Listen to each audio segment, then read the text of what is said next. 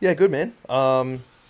Literally, like, this week's been chill, like, sort of feel pretty productive. Just trained today for the first time in, like, 10 or 11 days. Literally didn't do anything, like, injured, well, like, with that groin injury and stuff, like, I was trying to manage it, and I, like, overloaded slightly. I say slightly, probably too much, legit. And I, like, twinged my, like, something in my abdominal area, and I was like, oh, this doesn't feel too good. So I, like, rested over the weekend, like, not the weekend gone, the one before. Yeah. And then I was like, fuck, I need to get this looked at, because, like, even just like even taking plates off and, like, picking up kettlebells and shit, like, literal gym, like work stuff, not even me, like, training stuff, was just, like, kind of sore and shit. And I was like, oh, that doesn't feel right when I'm just, like, slightly twisting and shit, and coughing hurt sometimes. And I was like, fuck, man, I'm gonna hernia or some injury. Fuck that. But it's come good after a little bit of rest. But it's I got an ultrasound, got bloods and stuff done just in case it was, like, organ related or something, just to see if there's anything going on. But I'm fine. They can't really see, like, unless it's like a proper tear, they can't really see anything. So it could be just like an ab strain and that, which is, like, probably makes sense because I had a weakness in the groin. So then the ab or the surrounding stuff taken over. So I've had a little strain through there. But anyway, I've hopefully it's come good. I trained today, like, obviously super light. Didn't even do any weight, just some, like, body weight lunges, step ups. But anyway, nationals is in, like, about 4 weeks now. So still keen to do that. It'll just be, obviously, like, I won't be at my peak performance. I'll just kind of have to hold on and, like, avoid injuries, or like basically just do that, and then hope on the day, just go out there on the day and hope that I perform okay. So should be okay. Like, speed wise, it's not like I haven't been training for ages. So, like, 4 weeks rest isn't going to hurt the speed, I guess, too much. It'll just be whether I can back it up. And, like, obviously it's like whether I can be, like, you know, I might be a little bit slower, but I'm not going to be, like, heaps slower, hopefully. And I just, because we already booked everything, and I was like, fuck, I really want to compete. But I mean, if it gets worse, I won't. But I'm sort of just, like, damage controlling at the moment. So other than that, but I, like, literally had that what we tell our clients not to do, and I had, like, because that weekend I came off my birthday, so I was already had, like, that couple of days fuzzy after drinking vibes, and then I'm like, oh, this injury, oh, fuck this, not training, and I literally had, like, takeaway, like, so many days in a row. And I'm, like, literally, like, trying to mentor people at the moment through the challenge, and they're like, oh, but eating's blah blah blah, and I'm just like, yeah, good, like, I'm glad your eating's good. And then, like, few people have been like, don't worry, man, I fucking like, my week was shit. And it's, like, one of those things, like, that shit happens. Obviously, like, I had more cheat meals, if you want to call them cheat meals, as I should have, but I'm like, but I didn't, like, this week I was like, nah, stop being a dickhead, back on track. So again, that's what we always talk about. It's like making sure everyone does that stuff. It's about, okay, knowing when to cut it off, resetting and stuff. So anyway, hopefully all smooth sailing from here. But what about you, man? How's prep? Well, you're not in cutting prep yet, but you're still in well, still prep to a degree. It's just in bulking phase. It's just eat food. It's good, man. Training's going well. I got sick, like, over the weekend. Actually, I didn't see I saw your story on Insta. Like, what was people's responses? Most people were reasonable. They were like, no, just take it off. And then other people were like, push through. Hardcore. What did the push coach through. say? My coach? Yeah. He put hardcore push through, but he was taking the piss. I think he was he's sort of taking the piss. He was like, if it's a head cold, it's less than 6 out of 10, just go train. He's like, if it's worse than a 6 out of 10, or it's like you got body aches, it's in your chest. Well, that's when I don't fucking train. I looked at it and I was like, I wanted to comment just, like, taking the piss, and then I was like, I need more context. I need to know, like, how bad. But yeah, so I got, and it's funny because, like, he said that, and I was like, yeah, it's funny because I was sick on Saturday. Just a light head cold. And I went and trained. Felt great. Bit sweatier. Needed a bit extra rest times and stuff.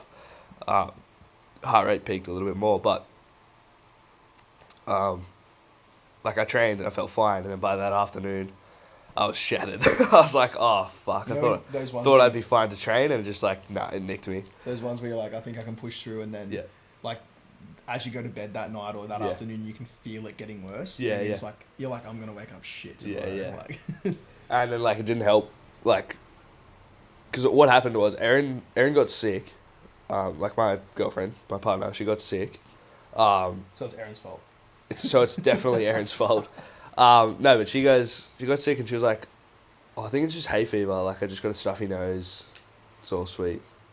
Like, she's just got a better immune system than me, I guess. But I got the man flu. But yeah, she was like, oh, it's just hay fever. And I got it. And I was like, oh, maybe it's just because we slept with the aircon on. It was Saturday morning. It was hot as fuck. So I was just like, maybe just because I slept with the aircon on. So we went and trained. And I was like, no, I'm definitely sick because I'm like way sweatier than normal. Yeah.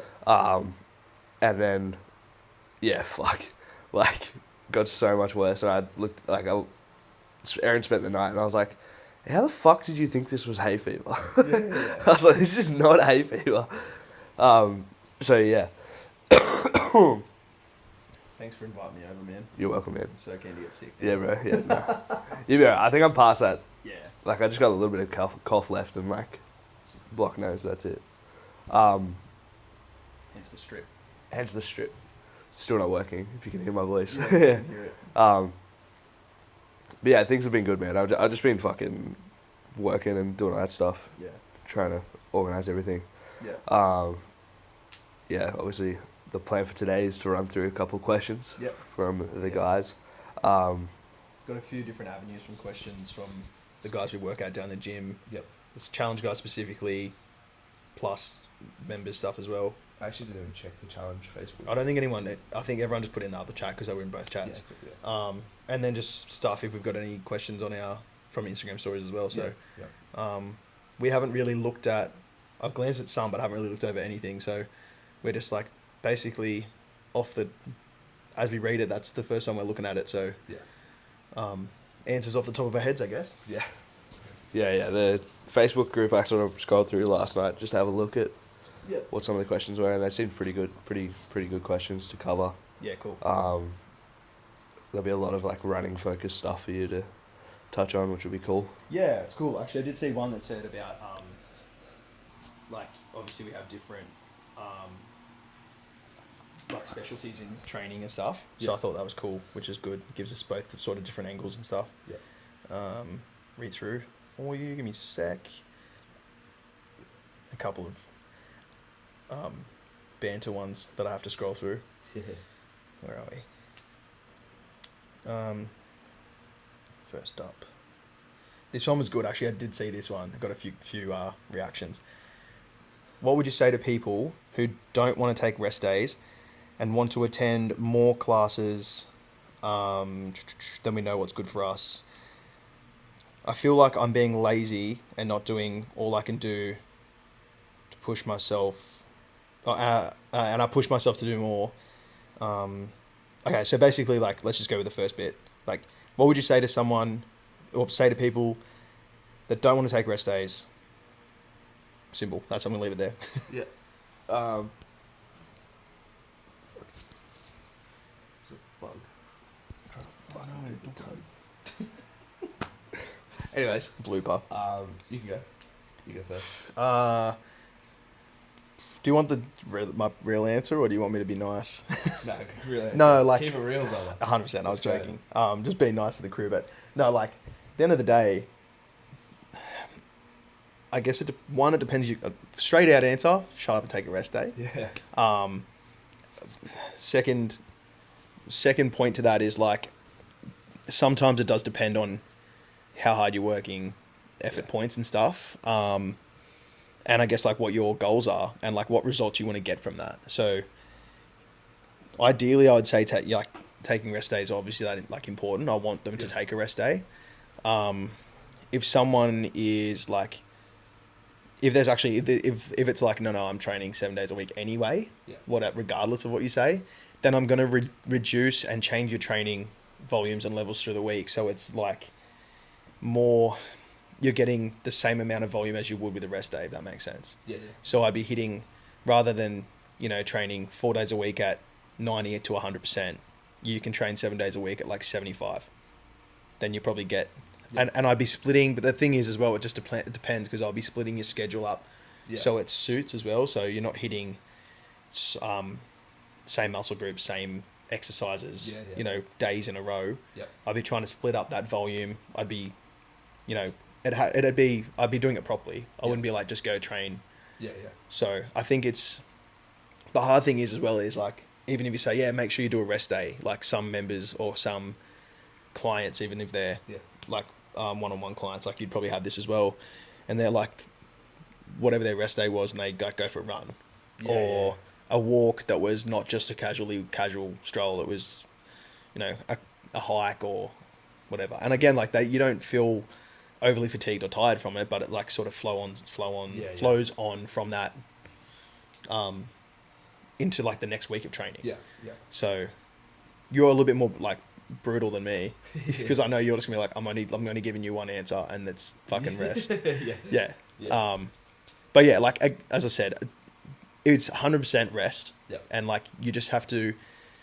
I struggle with that too sometimes.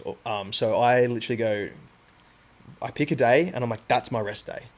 Like no questions asked, no changing schedules. Like that's the day that I rest.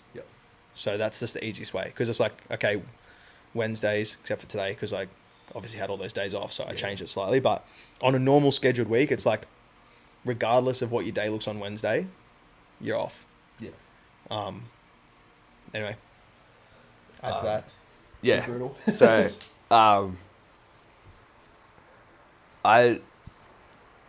the basis of the question too, with like the whole fear of missing out thing.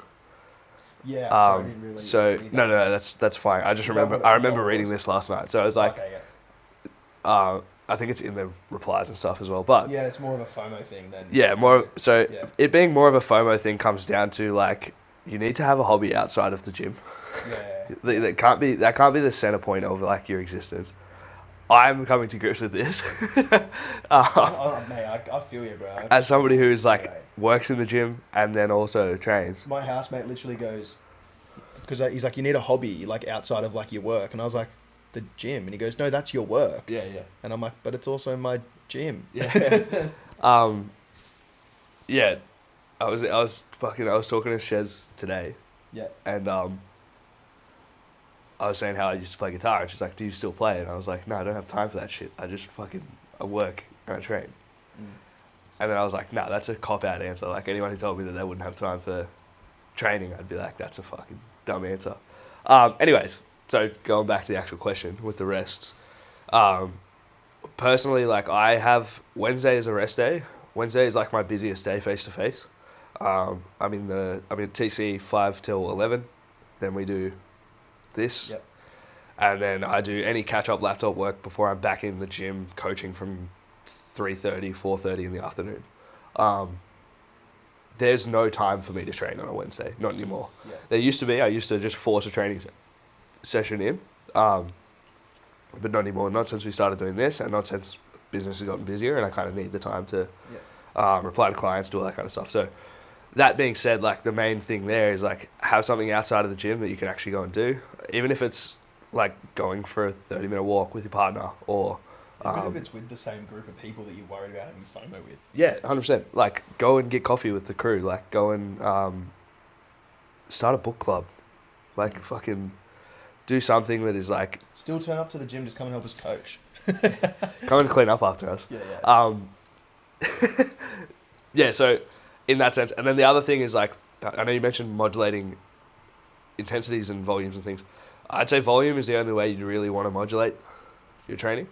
With the intensity, if you start dropping below, like, 70% day to day, it's like, at that point, you're not really driving any adaptation or stimulus. Well, that's what I meant too about, like, depending on what your goals are. Because if you're just like a Gen Pop person who just wants to train every day and be around that, then I'm like, look, if you're okay with, like, if you don't have a goal of hitting a certain, hitting a certain lift or doing a comp race event, whatever, then I'm like, we can get around that, because if you just want to train every day at a lower volume and like you're okay with that, then I can work with that. Yeah. But 100%, like that wouldn't be so much it would be the volume over the, obviously, like you saw people training hard, but like, I was going to add to that as well. Sorry, I cut you off there, but like with that specific part as well is like some of the people that ask these questions are the ones that also want to do, a comp, a race, whatever. So it's like, if you, if that's your goal, then like the rest is like even more important, right? Like, what you were saying about like having rest days and stuff, and like I used to struggle, and now I have, at the more recently, I have the Wednesday, but then I also have been having a full weekend off. Yeah. So like when I get in on Monday, I'm like firing. Yeah. Good to go. Like got the itch to train, but also like the energy to. Yeah. And it's like trying to teach these guys that like, you might feel good in a training session if you're training every day, but like you don't know what 100% feels like because you haven't let your body rest to then know it's fucking firing, ready to go. Yeah. So yeah, that's what I meant by that. Like obviously, like if you're one of those, I mean, you probably have people like that too. Even though you'd probably still want them to have a rest day. Yeah. It's like, look, if you're just, old mate that likes to go to the gym every morning before work because it sort of starts your day routine, whatever. Yeah. Then like we can work around that. But if you're coming to me being like, I want to train every day, but then I want to do this event, and I'm like, we need to work around and figure out like what's the most important way to attack it. So you know what, fuck it, I'm gonna call Brooke out. Do it, because I spoke to her about it yesterday. Yeah.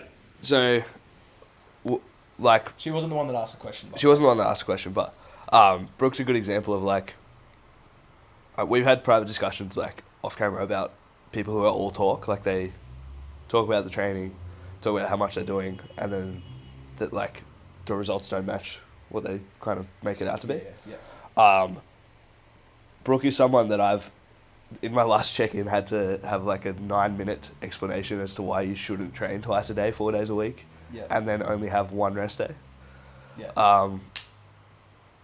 And yeah, like with those kinds of people, I think it does just come down to like, okay, if we are putting in 100% effort, or 90% effort, let's say, on average, 90% effort into your sessions, like, by the time a rest day rolls around, you don't fucking want to look at a barbell. Like, I don't care how much FOMO you have. If you're, like, sore and you're tired and you're, like, it's a struggle to get out of bed because you're that tired, like, that's your rest day. Yeah. That should be a rest day, and that should be, like, rest days should be sacred. Mike Mensah is this coach in the industry, particularly bodybuilding, who had his athletes running 3-day splits. Pro bodybuilders running 3 days a week. Yeah. And people would always ask him, what do I do with my fucking all this extra time? And he'd say, what do you mean? There's so many things you could do. And his examples were like philosophy, fucking learn new skills, learn an instrument, go on dates, to these, because like there's always young guys asking the questions. But it's like, there's so much more that you should be exploring. Yeah. I think like we said before about the hobby thing, such a big one too. Like, I've been guilty of that lately as well. Yeah. Because I don't feel productive. Yeah. And it's like you said with like playing guitar, like, whatever it is, whether it's like I used to play PlayStation a bit just to sort of chill out, and I like don't do that, and then I was like, no, I want to get back into that sort of like got a PlayStation for my birthday. Yeah. So I was like, that's helped, but like I've noticed that because I'm like, rather than being like, oh, I'm itching to go to the gym, I'm like, I'll just chill out, play that, and it sort of like fills that gap and sort of fills that void of feeling as well. Because I'm like, because it's like I like playing FIFA, so it's a competition anyway. Yeah. So it's like I kind of get that release of that competitiveness, like energy, just by doing that. So it helps. And then like, I guess last point on this before we go to the next question, because we already rambled a bit. Yeah. If you're somebody who's like, how the fuck are people wanting to not take rest days? Like you're somebody who struggles to like self-start and motivate. Like those are, like what Reece said, like those are the pitfalls that you got to watch out for. The things that like you can sit down, relax, switch your brain off, and like lose time that's what you got to watch out for, because what happens is, like, I'm bad for it. Like, if I'm in a particularly relaxed state and I know I have shit to do later on, I will play my fucking Switch until, like, the minute I have to get up and go. Like, and I lose that day. Like, that day's gone. Yeah. So, like, take note of the type of person you are. If you're the type of person who can sit down and, like, just switch off that easily and just, like, lose fucking 2 hours of your day and wake up, like, put the controller down and be like, oh my God, what the fuck, where am I? Yeah. Then, you know, those are the things you got to be wary of. If you struggle with self-starting, then just know that, like, there are people on the other end of the spectrum who we have to force to take rest days. It's like, cool, you're halfway there. You just need 2 extra training days. Yeah. Like, that's it. Or it's whatever, like you know, like... It's like that quote that people talk about, that's like, the ones that need to hear it probably don't listen to it. And the ones that don't need to hear it, like, probably need the opposite, right? Like, they need... So, like, some people are like, oh, about rest days and stuff. And I'm like, you're fine. Yeah. You already like, take enough rest days or whatever. So, like... But, again, it's very individual. But, like, 100%, man, like, some of my clients, like, I won't call anyone out, but, like, some of them are like, my main... Obviously, you write a program. But I'm like, mate, half the reason or half the thing you need, or the biggest thing you need from me, is to fucking schedule rest days. Yeah. Because you're already doing so much. But just an easy point on that. It's like, the hobby thing's that's probably number one for me. Yeah. Find something else to fill that gap. The FOMO thing, I get it, but, like, there is more to life outside the gym. Yeah. So yeah. Yeah. Cool. Next one. You want me to read it? In my fucking nasally ass voice. That's right. I got you. Alright, go. Let's go past, because there's, like, comments within comments. I just want to add on to that too, because just quickly, as we've spoken about that one already, it's a tougher part of the question, but I feel like there could be people that are like, I don't want to take rest days because it's about, they don't want to, like, put weight on.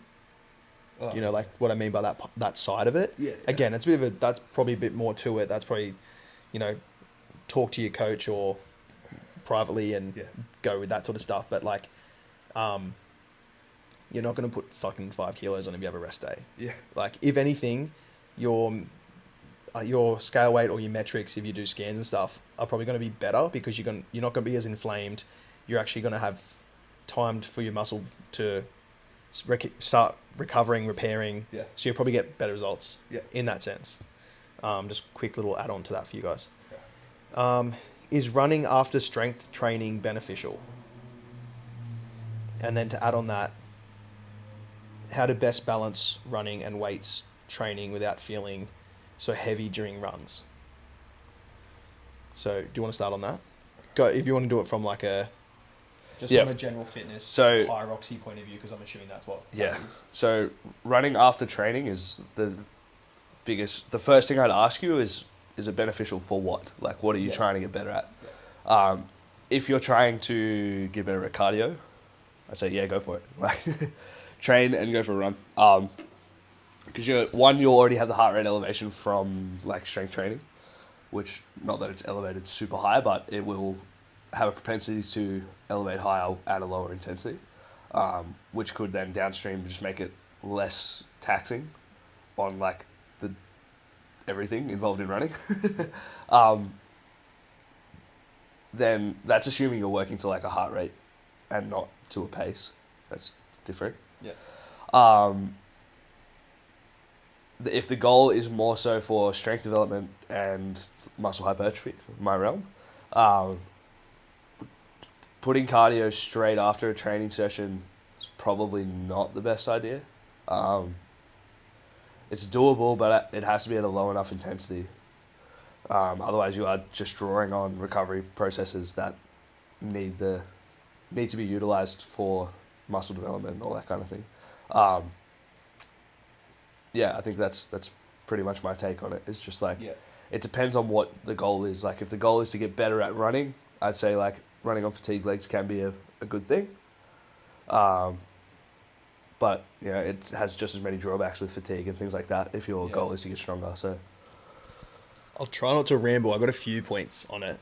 The actual like strength training with running thing, that's your realm. Yeah, like I think there's I agree with you. There's a few different ways to look at it. Mm-hmm. If you're looking at from a fat, I wouldn't even say fat burning, but like, again, whatever your goal is, and like my personal preference for people who just want to get better at overall and like hold muscle, build muscle, focus on strength training. In terms of, it's not ideal to do straight after, but in terms of doing it before or after, do it after, because you want to get the most out of the strength. Yeah. You want to get the most out of the weights. So in terms of prioritizing one or the other, if that's the only option to do them back to back, I would do the weights first. Yeah. Just because you want to get, you want to be at the most, have the most energy and put the most effort into that stuff, and then the run, and like, again, it doesn't have to be run. If you're meaning running specifically, like it was just cardio of any, sit on the bike, do whatever, like that's chill, go for a walk. In terms of running after strength. So in terms of it being, again, depends what the type of run is, because like through the week I would, you've got different phases of running. So you'd have like a longer run, a tempo run, a speed run, depending on like whatever it is. So depending on what that day is, and it also depends how hard the session is you've done. Yeah. Like running on fatigue legs, it's like, cool, well, did you just do, did you do some, I don't know, lighter sets of like 5 rep squats, or did you just do like heavy, like high RPE of like 15 rep squats? Because it all depends. But in general terms, if you can try and split it up, it's obviously more beneficial. And if you're trying to do like, I would go like speed run. The only one I would be okay with is the tempo run, to be honest. Because like your long run, you want to have the energy for the fucking long run. Even if it is a slower pace than your speed work. But if you've got like, 2, 3, 4, 5K run that you want to do at like a high speed, then it's also not beneficial, because you want to have the energy to hit the pace, the faster pace. The extended question to this is like how to best balance running and weight training without feeling so heavy during runs. Run first. So like, if your main effort, just from like a high rocks perspective, right? I'm just going to do that because that's easier to talk about. The run's probably it's a running event at the end of the day, right? The other stuff, it is what it is. Obviously, you want to be okay at it, but like if you can't run 8Ks, you're stuffed basically.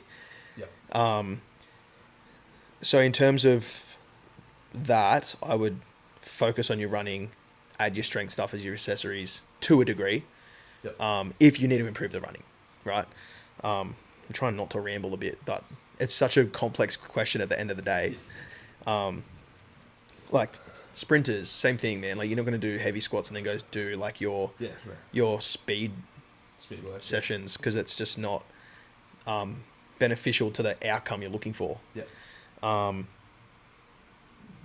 terms of the training sessions with high rocks, again, it's hard because like you're doing both in the actual competition as well. So like running on fatigue legs is fine at some points, but like when it comes to doing like your faster interval work to improve the actual running side, I wouldn't be doing it. I'd be doing that by itself and like making sure you're having rest days. In terms of splitting it up, avoid running like the day after like a big leg day. Just trying to balance that out through the week. So splitting that up so you're running at the right times where your legs have recovered from a heavy leg loading session. That's probably the easiest way for me to explain that. Do you have anything to add on to that? No, I like. Not that you're running much. Nah, I'm not running at all. I think if the goal is like fat loss, get strong, like pretty much every kind of physique focused goal that there is, right? Cardio after training, I would be very reluctant to program a run for somebody. 100%. Purely because it is such a huge demand on metabolic. On like the metabolic processes of your body, right? Like the demand on like glycogen and glucose and all of that kind of like higher intensity anaerobic work. Yeah. Well, regardless of how fatigued you are or not, like it's going to build. Right. And like one of the people that's actually written part of this question is like, well, both of them actually. Yeah. Like I've had chats with them, both of them before, is like they'll finish a workout, say in the gym, and they're like, I feel great. And then like they'll do their run within a couple of hours or whatever after. Yeah. And they might feel great at the start of the run, but then halfway through they just deplete. Yeah. And I'm like, that's why. Yeah. Like, so, and it depends like how quality you want that run to be. Yeah. So if you want that run to be quality, we need to have a little bit more distance. Yeah. Yeah. Then so that's where I would be programming like different modalities of cardio. So like the stepper or the bike. I had a client who I had programmed for the stepper for her cardio. And then like we ran into a wall with fatigue 2 weeks in, and I was like, okay, cool, that's too much to end on like the legs right now, so we'll go to speed bike. We'll go to that. Yeah. So yeah. Cool. Next one. Fucking hell. This one's one of my favorites. How did Josh get so handsome? White monsters. Yes. 3 a day minimum. If you have a heart condition, suck it up. Please don't. Another question. You both have such an extensive range of knowledge and different training styles and exercises. What's your favourite exercise for yourself and why? We did do this in the last thing. So it just took me 2 weeks to fucking edit. So we won't do that again, but yeah, we did that in the last podcast if you want to have a look at that. In terms of like just briefly on it, like it's actually so hard to pick a favourite exercise. Yeah. Because depends what you want. If you want to like bro out and feel heap strong compared to like what you feel the most muscle connection, whatever. There's so much to go into. So check that out. That's probably a way easier way to do that because we're not going into that detail again. Yeah. Favorite exercise or program for clients and classes. Classes probably like that's all right. Like, clients very individual. Yeah. Well, like what do you like programming for classes? Me? Yeah.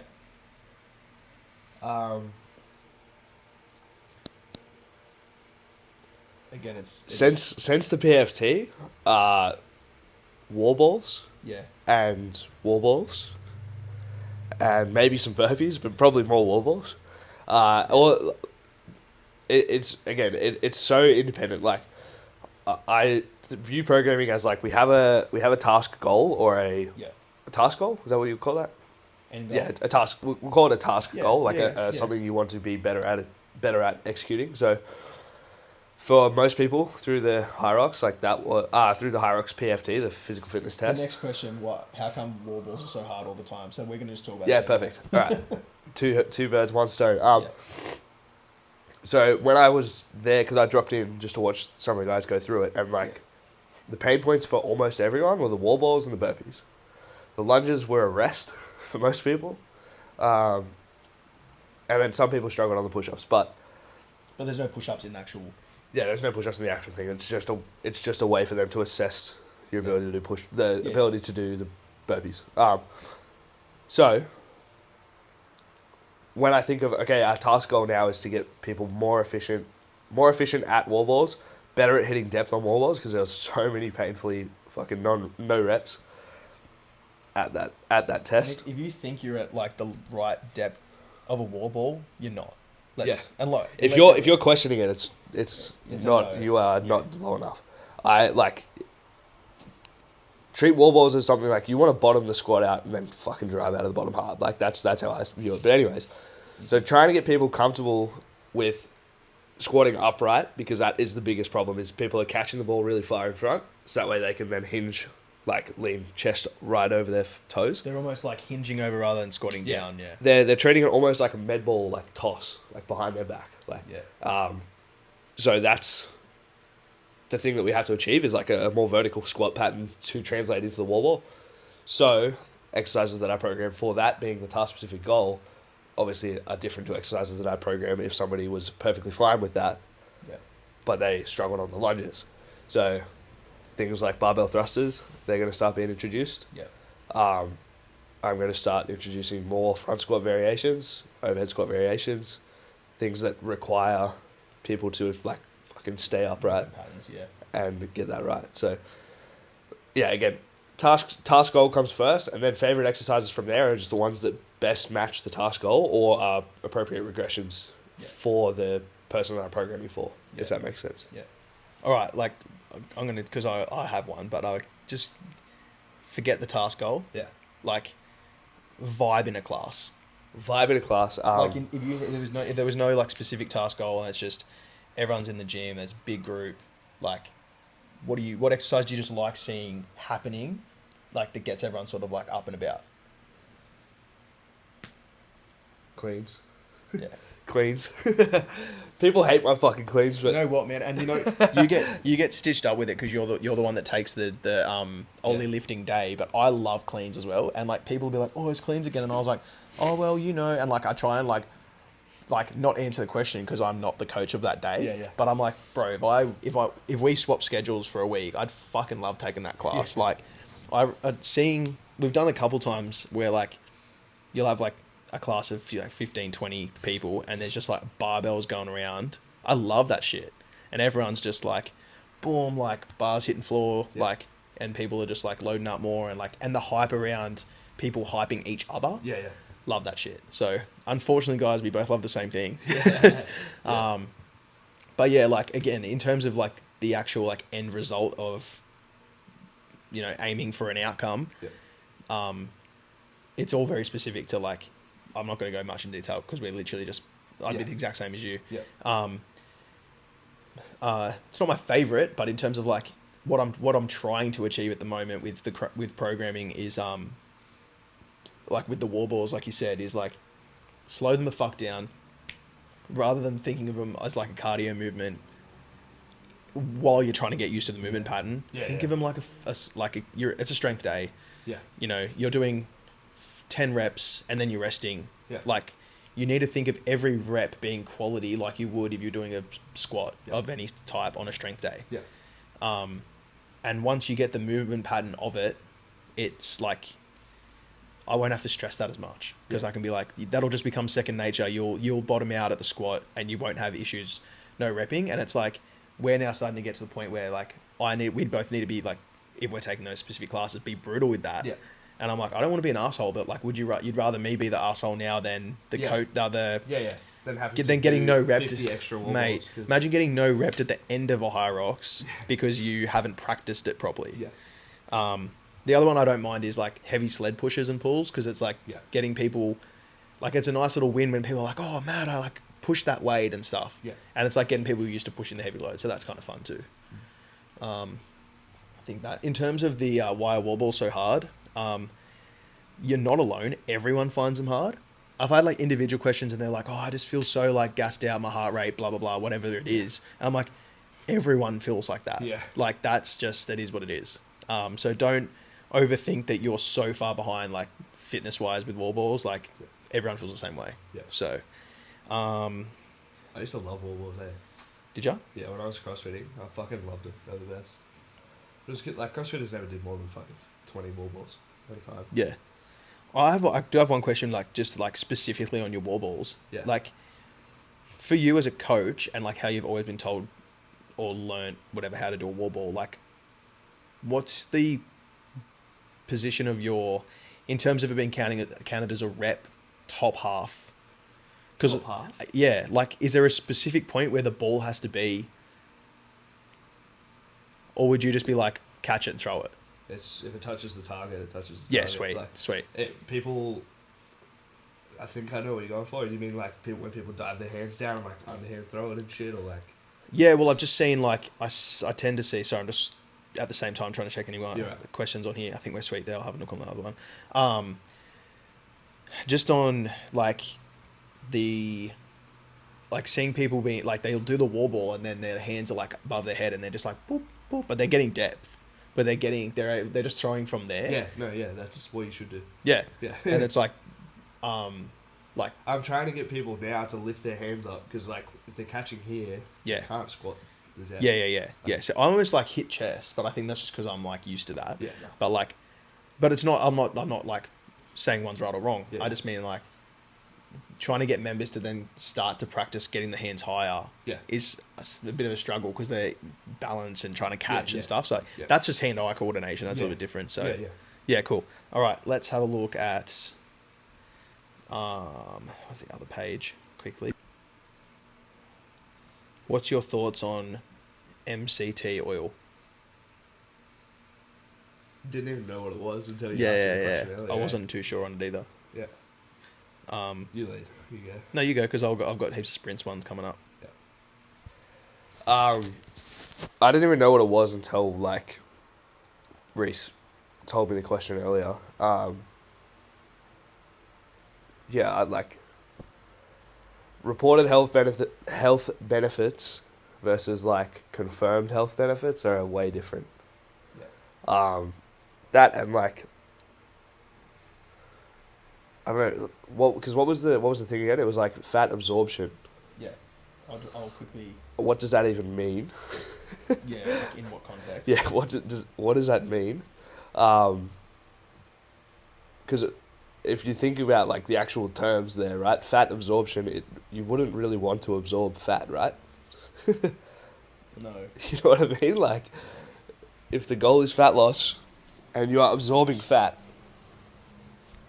like, and then the other thing I think was like, what was it? So AI overview from Google says MCT oil, offers benefits like a quick energy source, potential weight management support, improved digestion and nutrient absorption, making it popular. So anything oil related, I'd imagine. Can you look up the macros on that?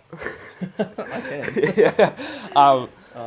That's easy. Anything like oil related is going to be high in fat, right? So fat being a transporter for nutrients, right?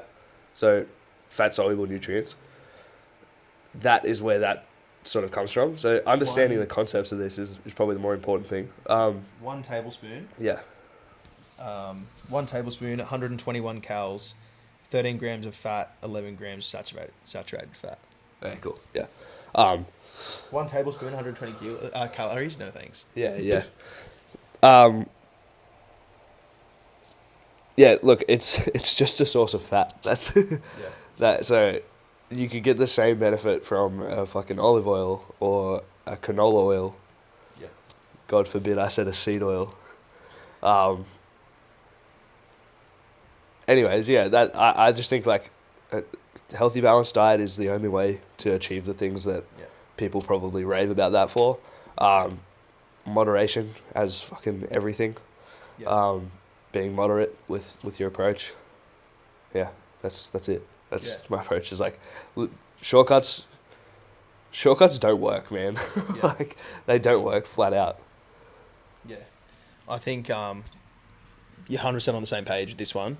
You look at the thing is like a lot of the things I quickly read before. It said like may help this, may improve this. There's a lot of maybes. There's not enough research for us to even go into detail with it. If you're looking at it from a like that's going to help me lose weight, whatever health parameter you think it's going to help with, probably not going to do as much as you think. Which is a lot of. There's like obviously that's not the only product. That's just the specific question that someone asked. But yeah, same page. Like there's no quick fix. Like there's probably other areas of your diet that can be improved before you look at those little 1%ers. And also like as we just said, like the research on it, not our research, just actual research is like a lot of it's maybes. Yeah. So thoughts on it, I don't really have enough because I also didn't know what it was. Yeah. But yeah, like in terms of why you're using it, look at the rest of your balanced diet, your sleep, your stress levels, all of that type of stuff's going to do a lot more in terms of weight management and training and overall health. Yeah. Cool. I think like I'm going to ramble while you get the next fucking question up. If you think of it like any of these like little, MCT oil or fucking tea tree oil or whatever else, it's like these things have phases where they pop up and then they disappear and you fucking never hear them again. Think of it, even like keto diet, man. Like, I haven't heard that for ages, eh? Same. You know, the last time I heard it was in a CrossFit gym. People were like discussing keto diet in a CrossFit gym, and I was like, that's fucking insane. Yeah. The fact that you're not fueling like any carbs. You should be like one of the highest. Yeah, carbs. It's like, man, what the fuck. Anyways, but yeah, and like carnivore and things like that. Like if you look at those things, they pop up, they disappear, they might resurface again, and it's like, oh, look at this new thing. And it's like, this is not new, man. Yeah. This has happened before. The same thing is happening with hypertrophy research at the moment. Yeah. People are discovering like, oh, mechanical tension is the only way to grow muscle. And now there's the newest wave of people being like, okay, mechanical tension isn't the only way to grow muscle. Yeah. There's also like there's hypertrophy of what, right? Like there's so many different elements of muscle that can undergo hypertrophy. Anyways, my point is these things pop up and they fade away. And they fade away because they're not fucking helpful. No.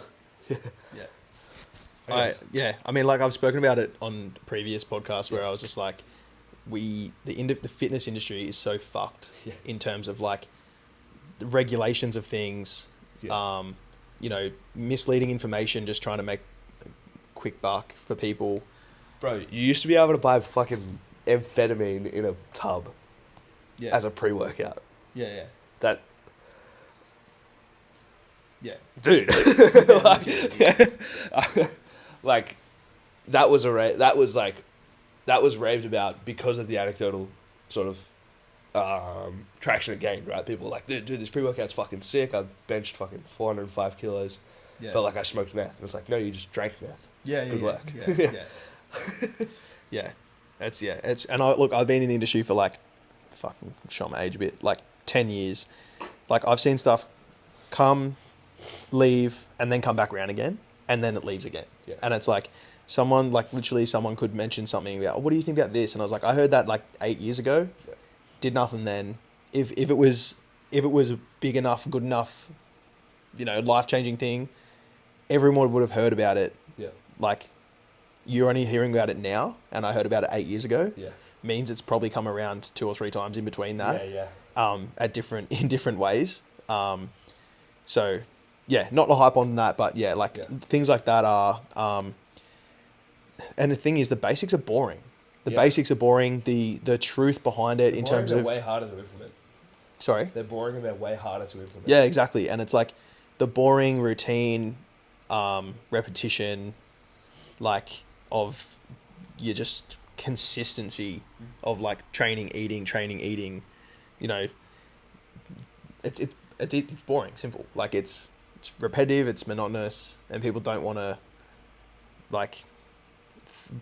believe that that's the answer. Yeah.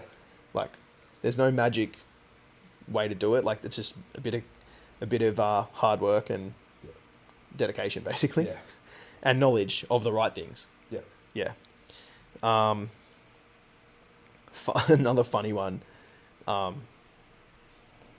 just from one of the people we work out with from the warehouse. Yeah. Who's the hottest coach at the warehouse? Say me or I'll kill you.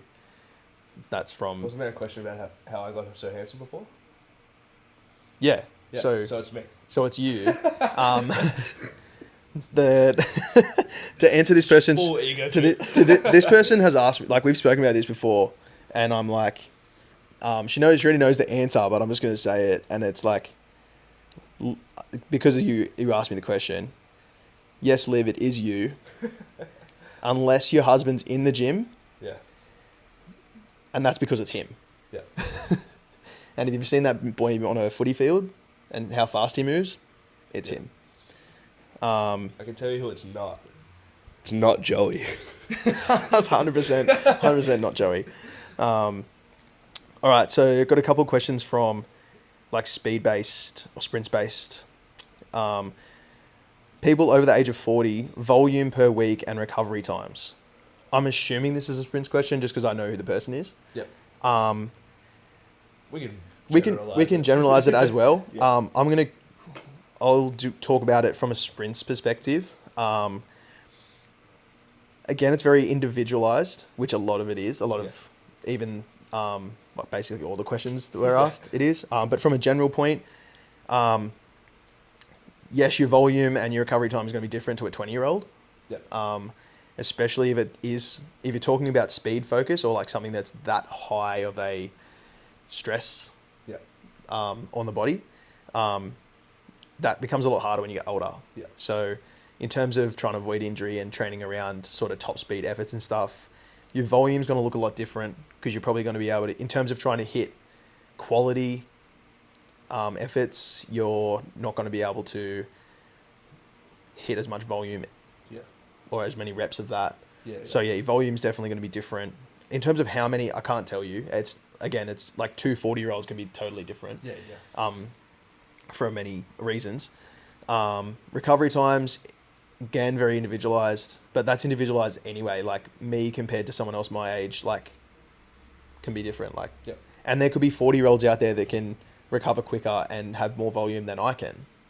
Like it's again, it's very, but yeah, as a basis, you're not going to be able to train at the volume and you're not going to recover as quick as you would when you're like 20 if you're now 40. And just add to that, like if you are going to get back into, especially those sort of top speed, high performance sort of movements and stuff, I would be easing in. Don't just like, I used to run when I was a kid and like go again because I'm almost like 90% sure you will tear something. So I hope that answers that. It's very individualized. Feel free to ask me my personal opinion on you as a specific person. But yeah, anything to add? If you want, we can talk about it from just a general, like not even just from a sprints perspective. That was a mouthful. Just from like general gym stuff. So sprints, I know fuck all about sprinting. 2 iotas of fuck all. Anyways, when it comes to the gym, it's a little bit like different. It's different, but it's the same, right? It's still very individual, very like individual focus. What I'd be looking at, like as you're getting older, like you can still lift heavy shit, but your propensity to recover from heavier loads may be a little bit impacted by your age, right? Like, not that you're fucking old by any means. Like, I know 40-year-olds who are way fucking stronger than me. Joey. Joey's like... Nah, he's younger, but I'm going to keep saying it anyways. Wise old man, Joey. Anyways, the thing that you should be mindful of, and this goes for everyone, 40 or not, is dose versus response, or dose versus effect. Let's call it effect. If you were to give someone anesthesia, right? Like in a medical setting, not that I have any fucking medical background, but I'd imagine if you underdosed anesthesia, it wouldn't be very good. I also imagine if you overdosed anesthesia, it wouldn't be good. So there is some range where you can sit within that's like appropriately dosed.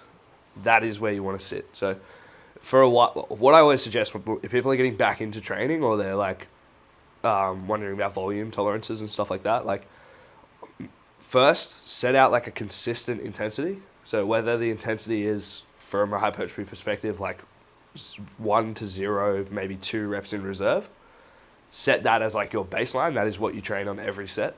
That makes it a little bit easier to organize volume. Start on the lower end of volume. Start with like 2 sets per exercise or something, and maybe a total of 10 sets per week, or even on the lower end, 6 sets per week. Then you taper that up accordingly. So if you're like, sweet, I wasn't sore at all. I did 4 sets of chest or something on that day. I wasn't sore at all. Let's add another set. Wasn't sore at all. Let's add another set. If you're adding if you're getting to like 12, 15 sets at 1 to 2 RIR in a session, and your chest still isn't sore, something's wrong with your technique. Something's wrong with the technique. So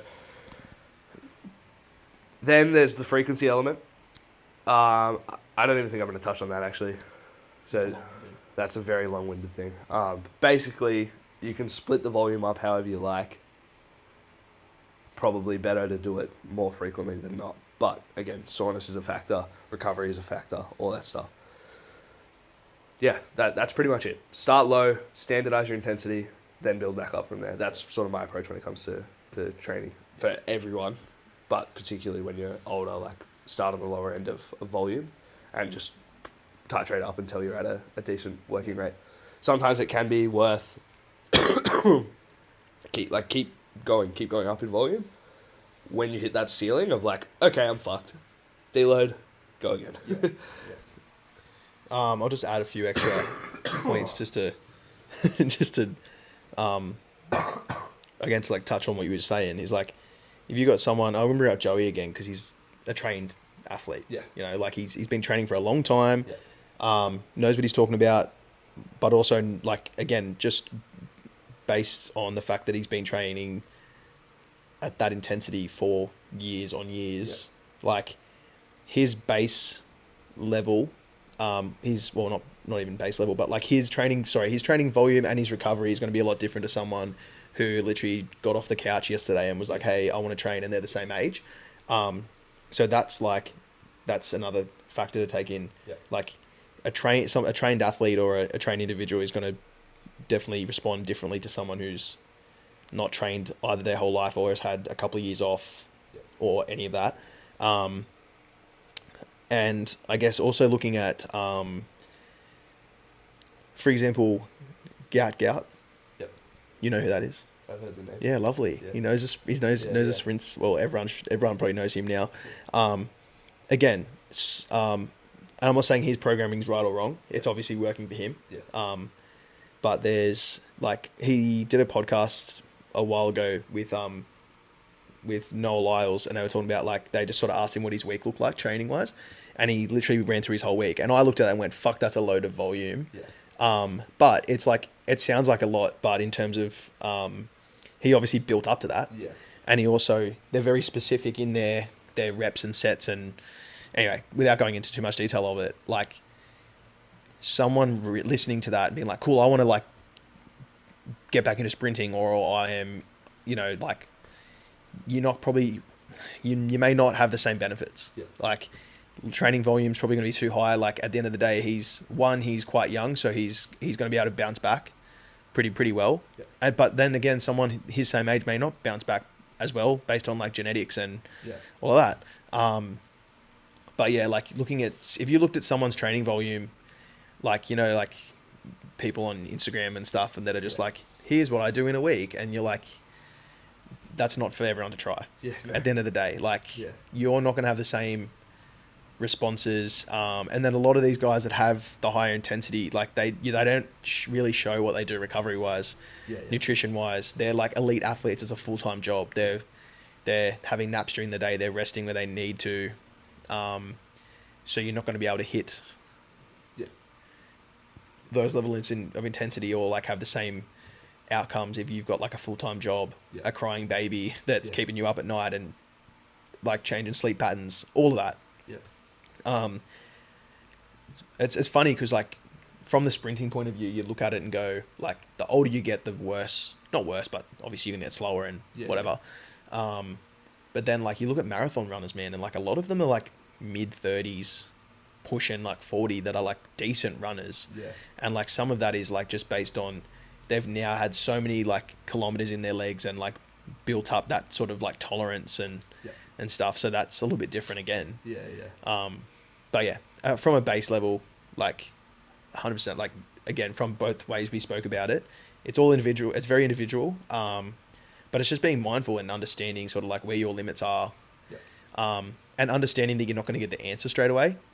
Like even with clients that you've had for a while, like you're starting a new phase of programming, and like a few things are a little bit different. Volumes have changed, exercises have changed, whatever, and they're in like a new block of programming, and they're like, that session that day felt like a 6 out of 10 for the whole session, and you're just like, cool, like that wasn't programmed badly. It was just like it's also giving me answers.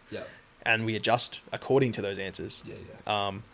So yeah, the next question was also a sprints question. It would be cool to hear your response as well from your specialty, I guess, or your training knowledge. So sprints, man, it's more like lack thereof, but yeah, and it's hard. Like it's very different. Like sprints is like, it's obviously very specific. Yeah. And not the weights isn't technical, but it's like so much that goes into sprints training and like whatever. But anyway, high load versus high velocity training for sprints, when and then like when and how to use overspeed training. So high load versus high velocity, there's like, I'm thinking high load means, I'm hoping that means high volume. It either means high load as in like how heavy your weights does he mean are. S&C? Yeah. Well, like, I'm like, is it heavy weights or is it like heavy, like high volume? Yeah. But like, I'll go on both. So like high volume versus high velocity, which is like maximal speed. I'd be looking at like different stages through the program, through the year. So you're probably doing higher volume through the off season, and then like your speed work starts to come in during that, like just before start of season, I guess. And then in season you'd still be doing parts of like volume training, but you wouldn't be doing anywhere near you would in the off season. So it's all everything in the comp season is more like all that fine tuning, making sure the speed's like right where you need to be, like leading into comps and stuff. So in terms of when and how to use overspeed training, so overspeed, for the easiest way to explain from for you guys is like, I'm not 100% sure what he means, but like it's actually quite hard to do because there's certain like equipment, like if that's what I'm thinking he's talking about, is like you can get these like bungee rope things that like basically pull you using like a bungee cord. So it makes you run at a higher speed than what you can produce yourself. So you kind of get slingshotted into running faster. Like the opposite of what you see like the NFL quarterbacks should do in the States where they have the coach hold the band. So you've got your resistance like sleds and bands and stuff. So it's like literally the opposite of that. So it's like it's the opposite, 100%, like opposite effect. It's like slingshotted through and you're like at a higher speed, so you're like running at a higher percentage than what your body's used to. And that just sort of like promotes your, obviously your cadence, your leg speed, but it like gets your body sort of like, I guess, training your body to get used to, or like hopefully that's sort of like, what you're aiming for. It can be hard to do in terms of like injuries and stuff, because it's like your body's not used to running at that speed or like that extra sort of percentage. So like that can become difficult, but like that's not something I would bring out in the off season. That's really specific, like during season, working on those like real 1%ers, like when you're a top athlete. That's what I'd be looking at. I hope that covers that part. In terms of just based on the volume, when I was talking about volume and velocity, volume versus velocity before, that would be more, that's like all on track, like all actual running. In terms of volume load, which we were saying was, if we're talking S&C, that'd be like, say, in the gym, your loads in the gym compared to your high speed in the gym, I guess, as well. So basically, from looking at in the gym, I'd be looking very similar. Like, and it's also, especially with that one, it's more, you're doing your heavier work off season, little bits of sprinkled in. You want that speed stuff, the velocity, and then it sort of like reverts the opposite way in. Just like in easy terms for you guys to understand, is like during season you're doing heavy lifts, but you want to be hitting those lift at like high speed. And then if you're not, obviously you're doing lighter ones too. But then during season you'll have a lot more body weight, like your explosive jumps, that type of or your plyometrics. That'll come in a lot more in your off season, in your in season. Sorry, in your actual comp season. But in terms of the like training load, it's very individualized depending on your explosiveness compared to your top speed as well. Yeah. So like if you, in terms of improving that sort of out of the blocks as a specific sprinter, there was a whole nother part that my brain just went to there. I was like, we could literally talk about this in terms of like team sports, but that's a whole nother thing as well. But yeah, just in terms of the speed, other strength stuff, if you want to try and work on that, your starting phase, that explosiveness, you're looking probably at the heavier lifts. You still want to move it fast. It doesn't want to be grindy, but you want to be lifting heavier. Yeah. In terms of your top end speed, that's where you want your lighter movements, your plyos, that sort of stuff comes in. But that's very individualized. Like I've worked with so many different athletes, like sprinters that are like brilliant starters, and then they might fade, like they're out in front and they'll fade off a bit. Yeah. They want to be looking at, they're obviously very explosive. Yeah. Then their starts are great and stuff. So they want to be looking at the plyometrics, your high velocity, so they can try and keep that top end speed for longer. And then you've got other people probably like myself. My top end speed's actually quite decent. I can hold it for a bit, but my starts are rubbish. Yeah. So yeah, again, very individualized, and also different times of the year. Yeah. And again, also depends on your event. Depends on what distances, what speed, how much loading and stuff, depending on if you're a 100, 200, 400 meter runner. Yep. Cool. Anything else you want to touch on there? Not for running specific. Running specific. Yeah, and then that all changes when not all changes, because you still want the specifics of getting your drills right, having that top end speed. So like your plyos and stuff, it's all important, but in terms of sometimes your volume, in a team sport, right? So in a track athlete, it's you might have a couple of races, like a heat, semi-final, final, right? But you're only running 100 meters or 200, whatever the distance is. You're running 100 meters, that's it. That's where you need to perform. Yeah. Whereas on a footy field, you need to do back-to-back efforts. Yeah. So your training changes again. Yeah. In terms of, we need you at high speed efforts, but we need you to do it under fatigue a lot more than you would under fatigue as a sprinter. For sure. Yeah. So even high volume work on the track, it's not sometimes it is, but again, that also changes the intensity of the run. Yeah. But if you're doing high volume, that doesn't always mean you're not resting for 30 seconds. You're still resting for 3, 4, 5 minutes, depending on the level. Whereas if you're a footy team, you're probably jogging back, resetting, going again. Yeah. So it's a little bit different, but that's a whole other world. I've got a client he plays basketball. I think he plays a rec league, but he's also, I think he's played rep. Yeah. Yeah. Anyways, he's never out of season. There's always a rec league that he is in. Honestly, I'll touch on that in a second, but so that's hard. It's hard to program for, but I just say I say to him execution on the court comes first. If you have to skip training sessions to recover so you're not fucked on the court, do that. But when it comes to programming for him, it's it's both all the time. Yes. It's not necessarily high volume, but high load. So we're doing heavy squats, heavy box squats, trying to move them explosively, but maybe not explosively, but with intent, right? It might not be fast, but it is we are thinking fucking push the bar fast. Yeah. And then I pulled the concept from Sebastian Oreb, learning from Sebastian Oreb, of when he programs for athletes or powerlifters, whatever, it's always the heavy work, then the speed work. Yeah. Heavy work, then the speed work, and that applies well for this guy because he has to perform under fatigue. He's a pretty good ball player.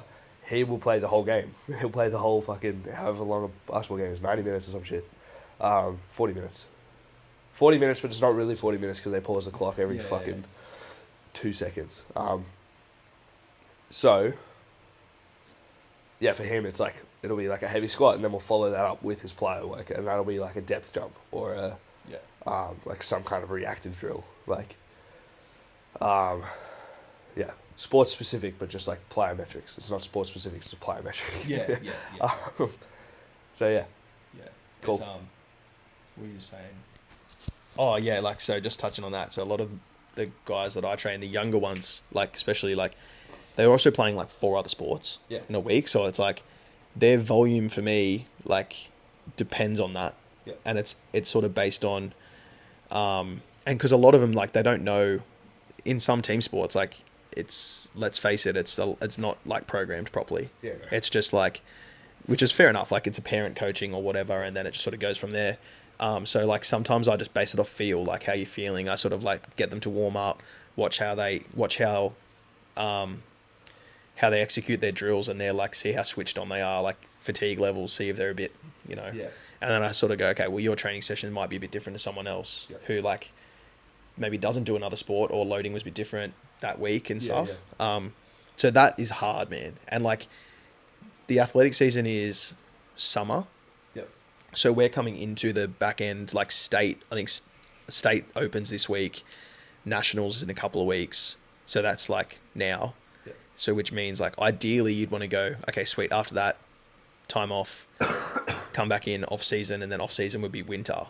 But then a lot of the kids, especially that are at school, like, school carnivals are during winter. Yeah. And it's like, fuck, there's, like, no off season. Yeah. So, like, it's hard because it's like you need to have an off season to see those improvements, but you can't. It's like you being stage show fucking ready all the time. Like, it's not. Where do you get the improvements if you're doing that? So it's a similar concept with that. Obviously, like, you're not going to see those improvements if you're just constantly in a game phase. Race season. So sometimes it's like, let's look at your goals. What's your priority? Like, do you want to hit, like, the school carnivals at that top thing, or do you want to be, like, athletic season there? Sometimes we can, like, play around with both and have, like, 2 smaller phases of, like, mini off season. Maybe prep you slightly for your comps, for your school comps and whatever. But yeah, sometimes it's also understanding that, like, especially as a kid, it's like building those fundamentals and getting, you know, reps under the belt, as you say. Like, but yeah, I know it's hard because obviously you want to perform well at all your comps. It's trying to explain that to teenagers or younger kids and parents is, like, difficult. But yeah, like, there are some sports that are, like, all year round. So it's like you sort of have to play around with both and just do what you can do in that sense. Cool. Is there just any more questions? No, that was it. Sick. Cool. That was the Q&A. Done. A bit of rambling as always. Bit of rambling. Yeah. That was bound to be. Yeah. That was bound to be. Cool. They were pretty good questions, actually. Yeah. Happy with that. Yeah. I was expecting, like, some fucking dumb questions. They were. I didn't read some of them. Oh, really? No, not dumb questions, just silly ones. Oh, no, I mean, like, actually dumb questions. Not that they're, like, obviously, fucking, there's no such thing as a dumb question. There isn't, and, like... There kind of is, dude. there is, but there's not. Like, if it comes from a genuine place, like a genuine, like, curiosity, then sure, like, I'll answer it. Do you know my reason why I think it's not? Like, what? more likely not a dumb question is because the fitness industry is so fucked up. Yeah, true. So, like, valid. In terms of, like, if that was a question for, like, a different industry, you'd be like, come on, we all know that. Yeah. But, like, if that's, you know, there's no black and white. It's all grey areas for some in the fitness industry. So, like, people at the end of the day, they're just confused. So sometimes, sometimes hearing one thing and then just trying to find out if it is, like, worth it or not, or knowledge-wise, it's hard. Yeah, true. There are dumb questions, but I know what you mean. Yeah. When I think of, like, a dumb question, it's like, should I eat carbs?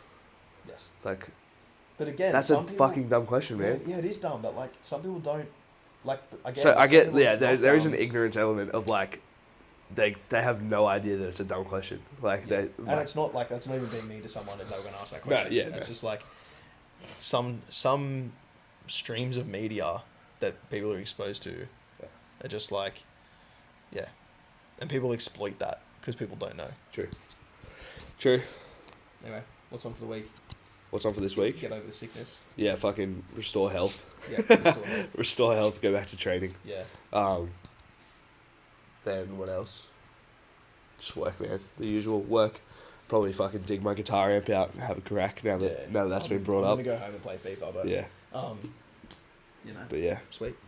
Yeah. Week's good, man. Just like sports back, so I'm loving life. Footy's back. NRL, that is. AFL too, I guess. But like, I'm getting a bit more into AFL. My missus is like big on AFL, so I'm like, luckily I like every sport, so I just go with both. Hopefully the Hawks win tonight, and then they play again on Sunday, to like literally like final game to try and win the championship. So, which is in Wollongong if they win. Oh, really? So if they win tonight in Melbourne, the final final games in Wollongong on I don't know what day. I think it might be Sunday. The Hawks. Yeah. Yeah, the basketball. So I like. thought you were talking about AFL. No, sorry. What the fuck? No. Hawks team. No. No. Well, there is, but not from here. Yeah. But yeah, like that could be fucking sick, bro. Because if that's like, if they win tonight, it's literally the deciding game. It's them. Is it them v Melbourne? Melbourne, yeah. But fuck, that could go off if they, well, one to play, but if they win on top of that on Sunday, I think it's Sunday. But yeah, that might try and snag some tickets to that. That'd be cool. Other than that, man, just chilling. Work's gone good, so good. Yeah. Good shit. Working. I've got I'm doing some sprints work tomorrow. First session tomorrow night with Collies, with Jimmy and that. So they he asked me about it. We spoke about it a couple of weeks ago, and then he's like, when it comes to do some speed specific work with them, which would be cool because I don't know how many of them have actually focused on the specifics. So it's like that'd be cool just to suss out the knowledge of that and then implement my knowledge into it. So yeah, man, a couple of cool things coming up. Fuck yeah. Yeah. Mint. All right, over and out. Over and out. Ciao.